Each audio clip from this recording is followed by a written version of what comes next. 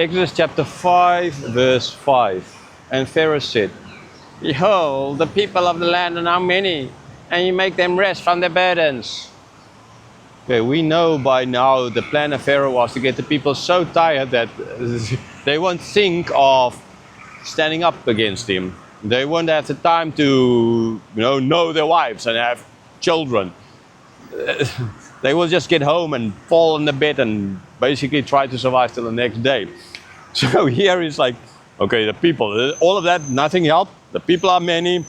And what you want them to now rest? I mean, what I've tried was trying to them to not rest, and you want them to rest now. That's the opposite of what I'm trying to do. Just imagine if all the kids will be born by the time you get back from a festival, right? That is counterproductive. So no, Pharaoh was not going to fall for that one. Or at least, yeah. I mean, these kinds of things make sort of political sense in why he was against this. It's not just a stupid, like, oh, I mean, that's just stupidity. But he didn't take God into account, understandably. Verse 6. The same day Pharaoh commanded the taskmasters of the people and their foremen. You shall no longer give the people straw to make bricks as in the past. Let them go and gather straw for themselves. But the number of bricks that they made in the past you shall impose on them. You shall by no means reduce it, for they are idle. Therefore they cry, let us go and offer sacrifice to our God. Okay, so Pharaoh went to his taskmasters and the foreman, and he told them that you need to let these guys work harder, right? In other words, how are you going to do this? Don't give them straw. Make sure that they go and collect their own straw. So they need to go out there, wherever, across the Nile or wherever, to go and find their own straw and then bring it back and build. And they are not allowed to make less bricks per day as they're making at the moment. Okay, now that is going to be there. I mean, they were already working no strength. They were already at the edge of survival, and now he's going to make it even worse for them. Right, so there's still the same number of bricks, because according to Pharaoh, no, this is what these guys are kind of idle. So they come up with these thoughts of leaving for a festival. They can still think of festivals, right? So that means everything is still good if they can still think of festivals. Like countries like even in this country and other countries in the world where things are not so good, they try to keep up the facade. Festivals are still ongoing and all of this kind of thing. I just want to say, Minyangon per se is pretty safe, so people want to come and visit. It is sure not dangerous. I know I need to go to South Africa now and travel through a few countries, and I kind of feel more unsafe thinking of that than being here in this country.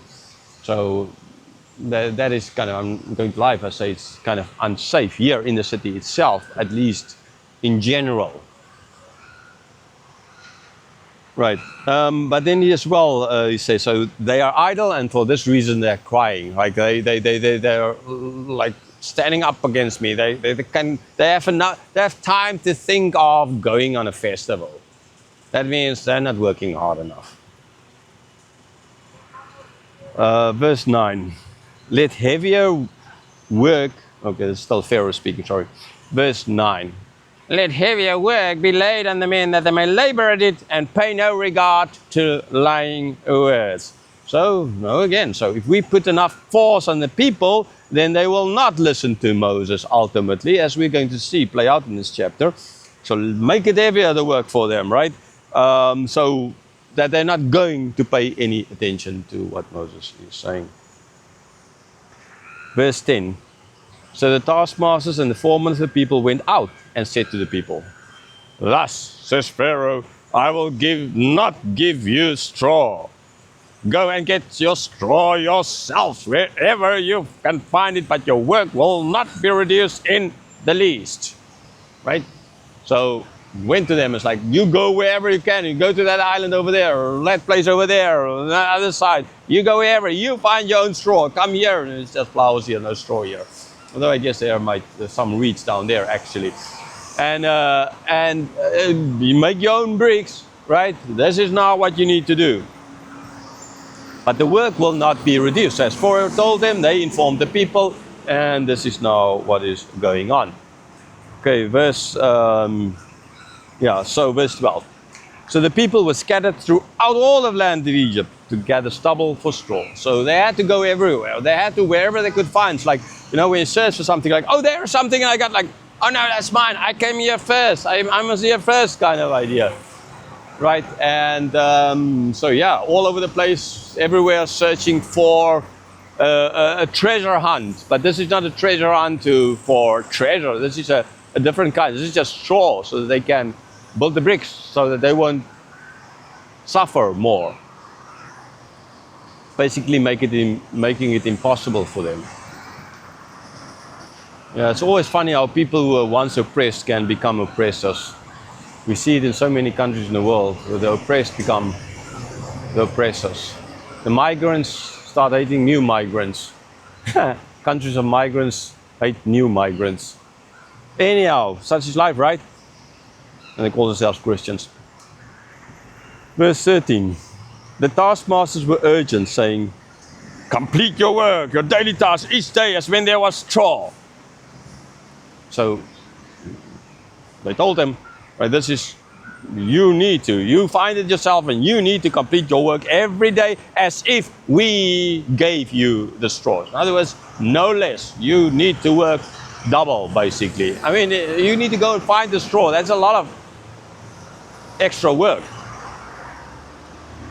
In the beginning, maybe not so bad, because maybe close by would be, but the more they collect the close by straw, then it will need to go further and further and further, and it will get more difficult, literally with every passing day. Verse 14. And the foremen of the people of Israel, whom Pharaoh's taskmasters had set over them, were beaten and were asked, why have you not done all your task of making bricks today and yesterday as in the past?